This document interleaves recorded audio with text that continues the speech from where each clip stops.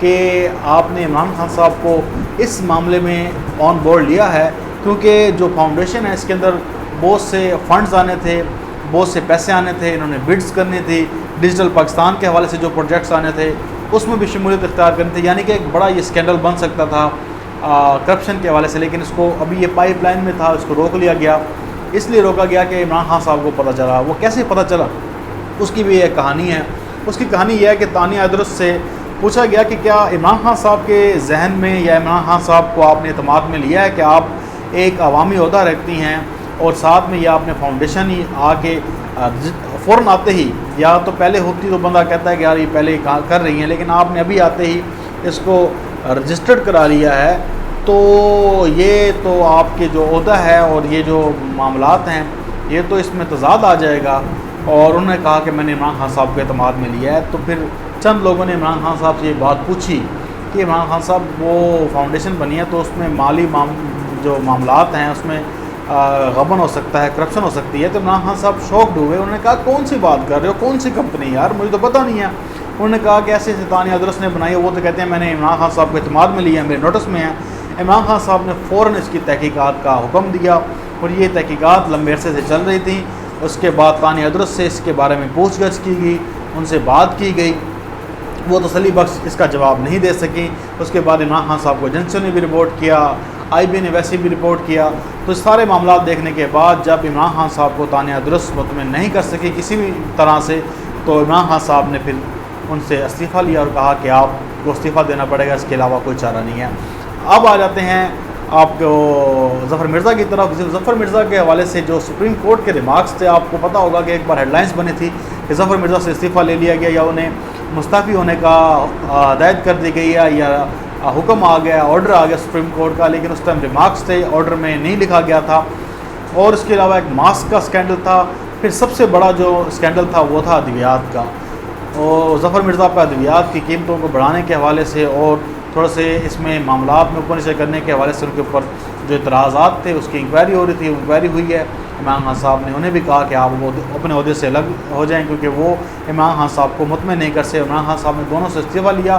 پھر یہ ایک سوچے سمجھے منصوبے کے تحت عید سے اور حج سے ایک دن پہلے کیا گیا تاکہ اس کے اوپر جو اپوزیشن ہے وہ کم سے کم اس کے اوپر جو ہے اپنا زور لگا سکے، کم سے کم اس کے اوپر تنقید کر سکے۔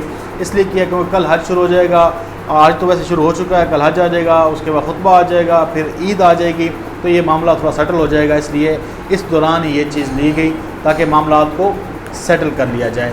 یہ تو ساری معاملات تھے اس استعفے کے بارے میں، یہ میں نے آپ کو بتا دیا۔ پھر قومی اسمبلی میں آج 2 بل پاس ہوئے ہیں FATF کے حوالے سے جو ہماری قومی سلامتی سے جڑے ہوئے تھے، اور اس بل کو پاس کرانے کے لیے جو اپوزیشن تھی وہ چاہ رہی تھی کہ آصف زرداری کو چھوٹ ملے، شہباز شریف کو مزید چھوٹ ملے، اور نواز شریف کے حوالے سے جو ابھی تو وہ باہر بیٹھے ہیں لیکن یہ جو مقدمے بن رہے ہیں زرداری کے حوالے سے 2 وعدہ معاف گواہ بھی بن گئے ہیں اور نیب نے انہیں وعدہ معاف گواہ بننے کے بعد چھوڑا ہے۔ تو یہ زرداری کے گرد جو مزید جو گھیرا تھا وہ سخت ہوتا جا رہا تھا۔ تو اپوزیشن یہی چاہ رہی تھی کہ اس معاملے میں نیب کے قوانین کے ساتھ ساتھ FATF میں حکومت کی حمایت کرنے پر انہیں ریلیف فراہم کیا جائے۔ ان لوگوں سے مانگ رہے تھے، آپ کو پتہ ہے کہ وہ کون سے لوگ ہیں۔ تو جو حکومت ہے انہوں نے بالکل ریجیکٹ کر دیا، انہوں نے کہا کہ قومی سلامتی کا معاملہ ہے، اگر ہم اس ٹائم گرے لسٹ میں ہیں، اگر ہم بلیک لسٹ میں جاتے ہیں تو پاکستان کی معیشت کے لیے بڑے خطرے کی گھنٹی ہوگی، اس لیے ان بلز کو فوراً پاس کرانا بہت ضروری ہے۔ اس لیے حکومت نے یہ بل پیش کیے، بابر اعوان صاحب نے، اور یہ دونوں بل ہیں، ایک اصلاح دہشت گردی بل 2020 ہے، ایک سلامتی کونسل ایکٹ ہے، وہ بھی ترمیمی بل تھا، وہ بھی منظور کر لیا گیا کثرت رائے سے۔ اپوزیشن شور شرابہ کرتی رہی۔ اس دوران خواجہ آصف نے شاہ محمود قریشی پر الزامات لگائے کہ آپ نے رنگ بازی کی، ہمارے ساتھ دغا بازی کی ہے، آپ ہمارے ساتھ ہم تو چاہتے تھے کہ ہم یہ بل پاس کر دیں لیکن آپ نے تو ہمیں موقع نہیں دیا، یہ نہیں دیا، وہ نہیں دیا۔ لیکن آپ کو میں بتاتا چلوں کہ حکومت کی جو ترامیم تھی وہ مکمل طور پر منظور ہوئی ہیں۔ اپوزیشن نے اس میں رانا ثناء اللہ نے 3 ترامیم پیش کی تھیں اور اس کے علاوہ بھی ترامیم پیش کی گئی تھیں لیکن وہ ریجیکٹ ہو گئی ہیں۔ اب بتائیں کہ جس کا کنسنس ہو FATF و ملکی سلامتی کا معاملہ ہو، وہاں پر کون بندہ ترمیمیں پیش کرتا ہے، کون بندہ اس کے اوپر ڈیبیٹ کرتا ہے۔ لیکن یہ لوگ قومی اسمبلی میں تقریر کرتے ہوئے یہ کہہ رہے تھے کہ ہم تو متفق تھے، ہم تو اس معاملے میں پوائنٹ سکورنگ نہیں کرنا چاہتے تھے، لیکن ان کے بیان میں تضاد یہ تھا کہ وہ اس کے اوپر ترمیم چاہتے تھے، شور شرابہ کرتے رہے اور انہوں نے کاپیاں پھاڑ دیں بلز کی، حالانکہ یہ بل جو تھا یہ FATF کی کہنے پر ہی ہم ترمیم کر رہے ہیں تاکہ ہم بلیک لسٹ میں نہ جا سکیں۔ یہ ہمارا قومی سلامتی کا معاملہ ہے، بلیک لسٹ میں جانے سے ہماری معیشت کے لیے خطرہ ہے، ہماری جو ٹرانزیکشنز ہیں، ہماری جو ایک جو کاروباری لین دین ہے، ہمارے اوپر بہت سی پابندیاں لگ سکتی تھیں۔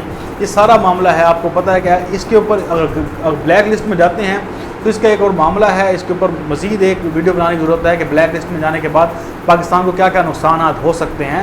تو یہ سارا معاملہ تھا، یہ ساری آج کی پروسیڈنگ تھی، یہ سارا آج کا جو اہم مدعا تھا وہ یہ تھا، وہ میں نے آپ تک پہنچایا ہے۔ انشاءاللہ آپ کو پسند آیا ہوگا۔ آپ سے ایک پھر نئی ویڈیو میں ملاقات ہوگی، تب تک کے لیے اجازت، اللہ حافظ۔ پاکستان زندہ باد۔